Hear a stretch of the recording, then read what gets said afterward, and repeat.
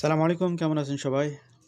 বিভিন্ন ক্যাটাগরিতে অ্যাপ্লাই করে ওয়েটিংয়ে যারা আছেন এবং সামনে যারা কানাডাতে ভিসা অ্যাপ্লিকেশন করতে যাচ্ছেন, কোন অ্যাপ্লিকেশনে কীরকম সময় লাগে এই বিষয়গুলো সম্পর্কে একটা আইডিয়া ধারণা রাখতে চান, তাদের জন্য আজকের উপস্থাপনা। প্রত্যেক মাসে আমরা একটি আলোচনা করার চেষ্টা করি কানাডাতে বিভিন্ন ক্যাটাগরিতে ভিসা অ্যাপ্লিকেশনের প্রসেসিং টাইমগুলো নিয়ে, যে কীরকম সময় লাগতেছে, আপনি অ্যাপ্লিকেশন করতে গেলে স্ট্যান্ডার্ড টাইমটা কেমন হতে পারে। এখানে যে টাইমটি আপনি দেখবেন এটাই আপনার অ্যাপ্লিকেশনের ক্ষেত্রে অন অ্যান এভারেজে প্রযোজ্য হওয়ার পসিবিলিটি 90%, কিন্তু যদি সেটা প্রযোজ্য না হয় তাহলে অবাক হওয়ার কিছু নেই, কারণ কানাডাতে 20% অ্যাপ্লিকেশন ব্যাকলগে থাকে, অর্থাৎ অ্যাপ্লিকেশনের যে স্ট্যান্ডার্ড টাইম দেখানো হয় সেটা 20% অ্যাপ্লিকেশন অনেক সময় ডিলে হয়। কী কারণে? বিভিন্ন কারণে, অধিকতর তদন্তের স্বার্থে, অফিসারদের কাজের চাপের কারণে, এরপরে আরও আনুষঙ্গিক অনেকগুলো কারণে ডিলে হতে পারে। এই জন্য আতঙ্কিত হওয়ার কিছু নেই। জাস্ট আপনি যে অ্যাপ্লিকেশনটা সাবমিট করেছেন সেটার কনফার্মেশন লেটারটা যদি ইমিগ্রেশন ডিপার্টমেন্ট থেকে পেয়ে থাকেন তাহলেই হয়েছে যে হ্যাঁ, আপনার অ্যাপ্লিকেশনটা রিয়েলি এটা সাবমিট হয়েছে, সুতরাং রেজাল্ট আপনি পাবেন। তো স্ট্যান্ডার্ড টাইমগুলো নিয়ে আমরা আজকে মূলত কথা বলবো।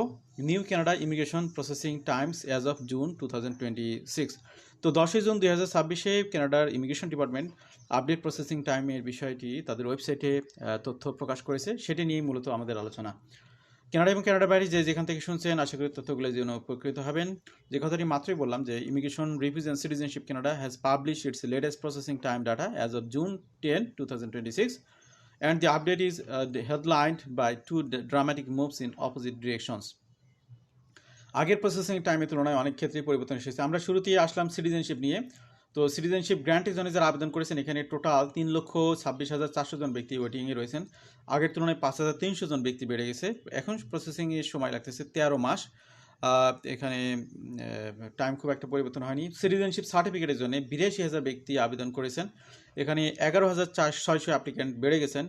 এখানে প্রসেসিং টাইম বেড়ে গেছে 3 মাস। বিশেষ করে নতুন রুলসের কারণে ইউএসএর অনেক সিটিজেনরা কানাডার সিটিজেনশিপের জন্য আবেদন করতেছেন, যার কারণে এখানে প্রসেসিংয়ে ব্যাকলগ বা টাইম বেশি লাগতেছে। রিজামশন অফ সিটিজেনশিপ, এটার কোনো আপডেট তথ্য নেই। রিনাউন্সিয়েশন অফ সিটিজেনশিপ, এখানে 7 মাস সময় লাগতেছে। সার্চ অফ সিটিজেনশিপ রেকর্ডস, এখানে 17 মাস সময় লাগে। এরপর আমরা চলে আসলাম অন্য স্টেজে।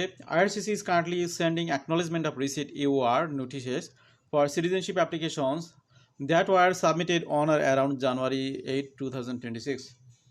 এবার আমরা আসি permanent resident card processing Times নিয়ে। বিশেষ করে কানাডাতে যারা পিআর ইমিগ্রেন্ট বা পিআর ভিসা নিয়ে এখানে অ্যারাইভ করেন, তাদের একটা প্ল্যান থাকে যে এখানে পিআর কার্ডটা রিনিউ করা বা কালেক্ট করা। তো প্রথমে যেটি হয় সেটা হলো যে আপনাদের যে পাসপোর্ট, সেই পাসপোর্টে কিন্তু ইমিগ্রেন্ট ভিসাটা লাগবে 8 থেকে 10 মাস টাইমের জন্য। ওয়ান টাইম বা সিঙ্গেল এন্ট্রি ভিসা থাকবে।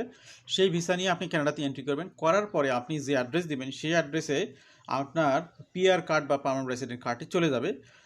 আবার যাদের 5 বছর পূর্ণ হয়ে যাচ্ছে পিআর কার্ড পাওয়ার, তাদের আবার রিনিউ করতে হবে। এই সংক্রান্ত যে আপডেট সেটাই আমরা একটু দেখতেছি। এখানে নতুন করে যারা পিআর কার্ড আবেদন করতেছেন তাদের জন্য 40 দিন সময় লাগতেছে, আগের তুলনায় দিন কমে যাচ্ছে, প্রসেসিং টাইম কম লাগতেছে, এটা good news. PR card renew করতে আরও কম সময় লাগবে, 30 দিনের মধ্যে রিনিউ করতে পারবেন।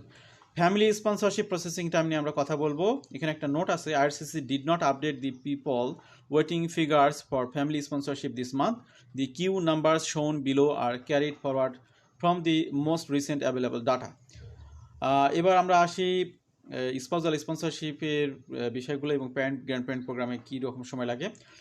এখানে স্পাউজাল স্পন্সরশিপ বলতে ধরুন যে একজন কানাডা সিটিজেন বা পিআর হোল্ডার, তার স্পাউস এখনও সিটিজেন বা পিআর হোল্ডার হয়নি, সিটিজেন তো না, পিআর হোল্ডার হয়নি, এটা আগে নাম্বার 1 কন্ডিশন।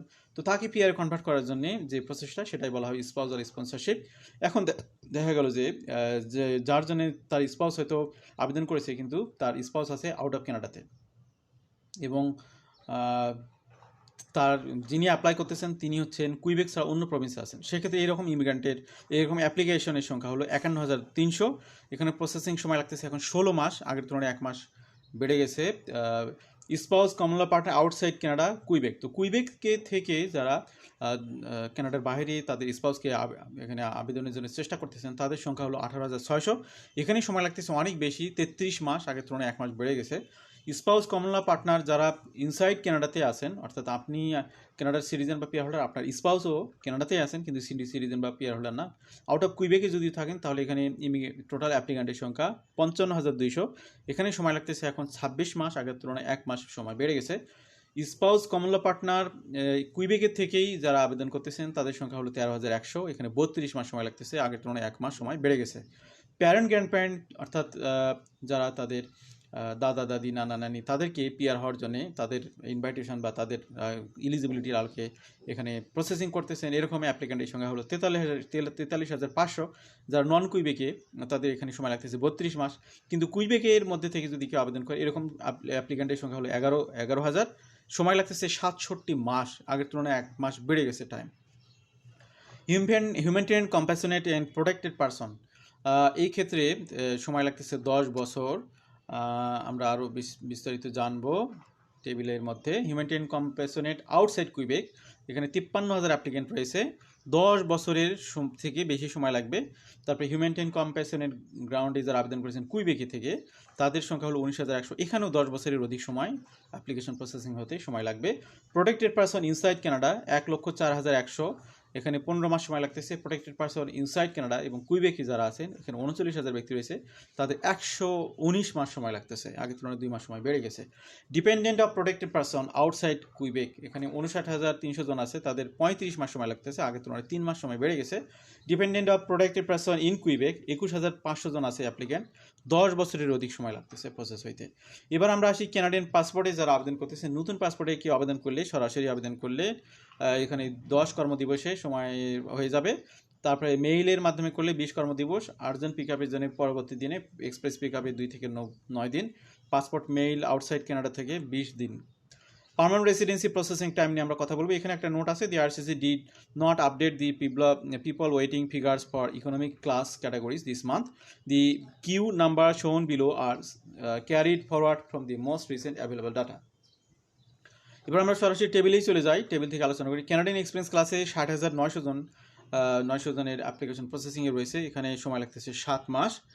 তারপরে ফেডারেল স্কিল ওয়ার্কার প্রোগ্রামে 52,000 অ্যাপ্লিক্যান্ট এখানে প্রসেসিংয়ে রয়েছে, 7 মাস সময় লাগতেছে। ফেডারেল স্কিল ট্রেড প্রোগ্রামে অ্যাভেলেবেল ডাটা নেই। পিএনপি এক্সপ্রেস এন্ট্রির সাথে যেটি লিঙ্ক, সেখানে 14,000 অ্যাপ্লিকেশন রয়েছে অন প্রসেসে, 6 মাস সময় লাগতেছে, এখানে 1 মাস সময় কমে গেছে আগের তুলনায়। নন এক্সপ্রেস এন্ট্রি পিএনপি যেগুলো 1,10,200 জন ব্যক্তি অন প্রসেসে রয়েছে, 13 মাস সময় লাগতেছে, আগের তুলনায় 1 মাস সময় কমে গেছে। কুইবেক স্কিল ওয়ার্কার প্রোগ্রামে 24,800 জন ব্যক্তি অ্যাপ্লিকেশন করে ওয়েটিংয়ে রয়েছেন, এখানে 11 মাস সময় লাগতেছে। কুইবেক বিজনেস ক্লাসে 3,700 জন ব্যক্তি এখন ভিসার জন্য, মানে ইমিগ্রেন্ট ভিসার জন্য ওয়েটিংয়ে রয়েছেন, তাদের সময় লাগতেছে 76 মাস, আগের তুলনায় 2 মাস কমে গেছে। ফেডারেল সেলফ এমপ্লয়েড 8,100 জন ব্যক্তি ওয়েটিংয়ে রয়েছেন, 10 বছরের বেশি সময় লাগতেছে ফেডারেল সেলফ এমপ্লয়েডের ক্ষেত্রে। তারপর আটলান্টিক ইমিগ্রেশন প্রোগ্রাম 12,900 জন ব্যক্তি এখন ওয়েটিংয়ে রয়েছেন, এখন সময় লাগতেছে 26 মাস, আগের তুলনায় 12 মাস সময় কমে গেছে। এটা একটা পজিটিভ নিউজ আটলান্টিক ইমিগ্রেশন প্রোগ্রামে যারা অ্যাপ্লিক্যান্ট তাদের জন্য। স্টার্ট আপ ভিসার ক্ষেত্রে 46,600 জন ব্যক্তি ওয়েটিংয়ে রয়েছেন, 10 বছরের বেশি সময় লাগতেছে এগুলোর প্রসেস হইতে। তো টেম্পোরারি রেসিডেন্ট ভিসা নিয়ে আমরা কথা বলবো, পিআর অ্যাপ্লিকেশনের বিষয় শেষ। এবার আমরা আসি ভিজিট ভিসা। এখানে টপ 5 কান্ট্রির তথ্য আপনাদের সামনে দেখতে পাচ্ছেন। ইন্ডিয়া থেকে 26 দিন, ইউনাইটেড স্টেট 32 দিন, নাইজেরিয়া 51 দিন, পাকিস্তান 46 দিন, ফিলিপাইন 19 দিন। Visitor visa from inside Canada থেকে যদি কেউ আবেদন করে তাহলে তাদের 11 দিন, এবং আপনার এখানে with no change prior week 3 days below December 31, 2025।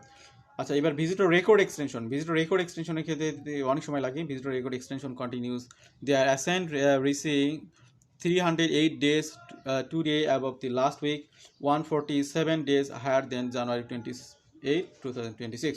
Super visa processing time, super visa timelines delivered.